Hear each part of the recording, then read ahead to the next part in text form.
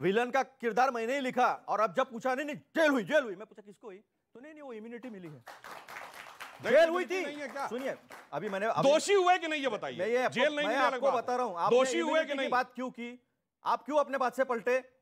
नहीं, हमने जेल नहीं, हमने कहा कि माफी मांगिए, फिर ना झूठ मत बोलिए, मैंने जेल नहीं बोला, मैंने कहा दोषी साबित हुए, मैं चुनौती से कहता हूं, रिवाइंड करके देखिए, मैंने जेल नहीं बोला, दोषी साबित हुए। अब दूसरी बात, दोषी बोला, आप माफी मांगिए, मैंने जेल नहीं बोला। दो ही लोग हैं ना, नहीं दो लोग नहीं, यही बोला, आप किसी ऑडियंस से पूछिए, दोषी बोला, जेल नहीं बोला। संजीव झा, पॉइंट ये है, वो कहते हैं कि आप लोग सब झूठ बोलते हैं और आडंबर करते हैं। जवाब देखिए, पहली बात, एक बात उन्होंने ठीक कहा कि खरीदार यहां खड़े हैं, लेकिन खरीदने की कोशिश यहां भी किया।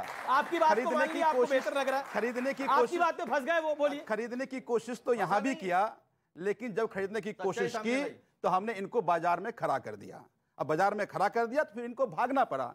दूसरी बात कि जनतंत्र में जनता जब चुनती है तो हमारा विश्वास जनता के प्रति होना चाहिए, और यही कारण था कि दिल्ली विधानसभा हम सब विधायकों ने साबित किया कि हम दिल्ली के जनता, जो जनता ने चुना है, हम उनके उम्मीदों पर खड़े हैं। पर आपको चैलेंज कौन कर रहा था दिल्ली के अंदर? दिल्ली में चैलेंज कौन कर रहा था? आपकी बात तो 90% सीटें थी।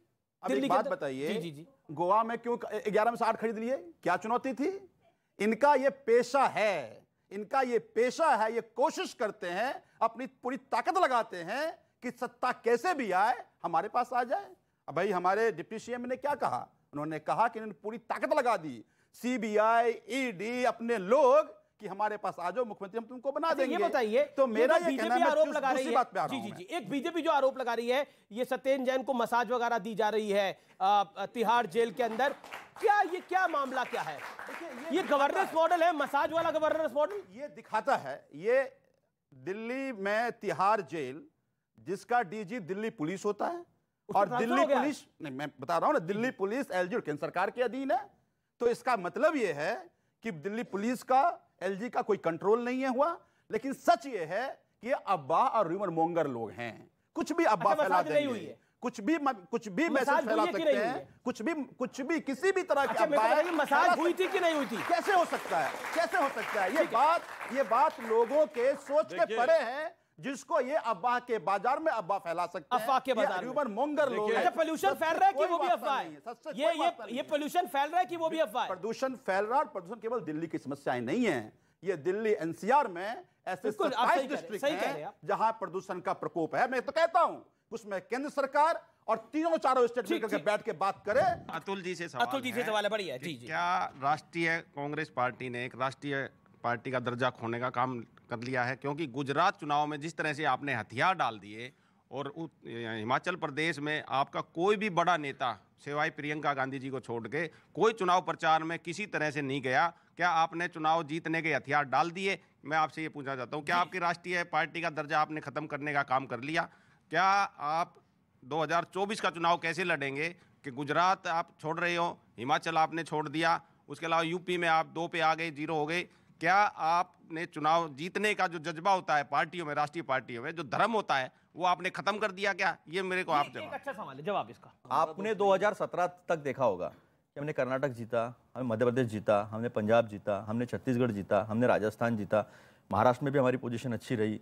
तो ये जीतने का जो है वो भुलाने की जो है कोशिश, एक प्रिंट क्रिएट करके, सुनिए ना, सुनो ना, कर्नाटक की सरकार आपने खो दी, मध्य प्रदेश की सरकार आपने खो दी, पंजाब में आपने पिछला चुनाव जीता, इस चुनाव में तो आपको बहुत बुरा हाल हुआ है। 2000 जी ठीक है सर, नहीं, ऐसा है पंजाब में आपको बहुत बुरा हाल हुआ है, ऐसा आम आदमी पार्टी ने पटक दिया। अरे सुनो, भारत जोड़ो के जो मुद्दे हैं वो मुद्दे सारे देश के हैं, उसमें महंगाई भी है, उसमें बेरोजगारी भी है, और उसमें जिस तरह से दमन हो रहा है इस देश के लोकतांत्रिक संस्थाओं का, वो भी सारे मुद्दे जो गुजरात को भी उतने ही लागू पड़ते हैं जितने देश को लागू पड़ते हैं। सिर्फ शोर मचाना और फेसबुक पे आना और प्रेस कॉन्फ्रेंस करना, ये तो आप कह रहे हैं कर्नाटक से गुजरात का चुनाव प्रचार हो रहा है आपकी राय में? बहुत बढ़िया, ये नया तरीका है। एक लाइन कह दूं आमिर जी, सुधांशु 10 सेकंड। अरे दे दो इनको, अरे 10 सेकंड। इन्होंने कहा ना जज्बा, इनको दे दो। तो मैं कह रहा हूँ, हाँ दे रहा हूँ, आपके कहने पे दे रहा हूँ। मेरे को नहीं दोगे आप, इनको जरूर दोगे। ख्यालात की ले लेते हैं तलाशी, जो औरों के ख्यालात की भी ले लेते हैं तलाशी, और अपने गिरमान में झांका नहीं जाता।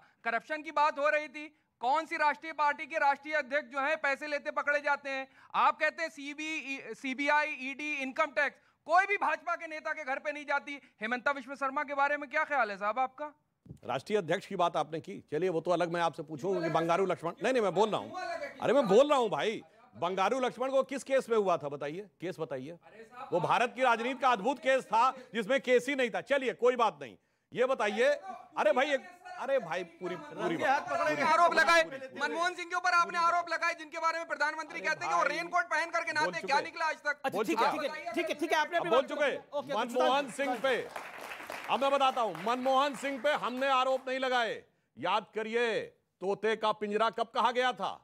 जब कोयला घोटाले में कोर्ट ने कहा कि जो सीबीआई हलफनामा प्रस्तुत करेगी ये किसी भी पॉलिटिकल एग्जीक्यूटिव को नहीं दिखाया जाएगा। यह बात सरकार ने यह हलफनामे में दिया, सीबीआई ने कहा नहीं, प्रधानमंत्री कार्यालय ने बुलाकर देखा था। प्रधानमंत्री आए, सीधे सर्वोच्च न्यायालय ने फटकार लगाई कि आपने भ्रष्टाचार के मामले की फाइल मंगा के क्यों देखी। ये हम नहीं कह रहे हैं। अब ये बताइए, उससे पहले आपके प्रधानमंत्री नरसिम्हा राव एकमात्र भारत के प्रधानमंत्री जो प्रधानमंत्री पद से हटने के बाद भ्रष्टाचार के आरोपों में जाके खड़े हुए कोर्ट की कचहरी में। पहली बार अगर प्रधानमंत्री कार्यालय पे प्रधानमंत्री सीधे भ्रष्टाचार के आरोप के घेरे में आए तो वो कौन था? बोफोर्स, इनके प्रधानमंत्री। पुराने लोगों को याद होगा नागरा वाला कांड, इंदिरा जी के जमाने। अरे आपको तो प्रधानमंत्री रहे हैं भाई आरोप के घेरे में, बाकी और की क्या बात करते हैं? आर पार में रुकेंगे एक ब्रेक के लिए, लेकिन जनता जनार्दन के बीच से ये बड़ा कार्यक्रम ब्रेक के बाद भी जारी है। 8 दिसंबर किसका नंबर? मैं तो कह रहा हूँ पैदल चलना महानता है भाई।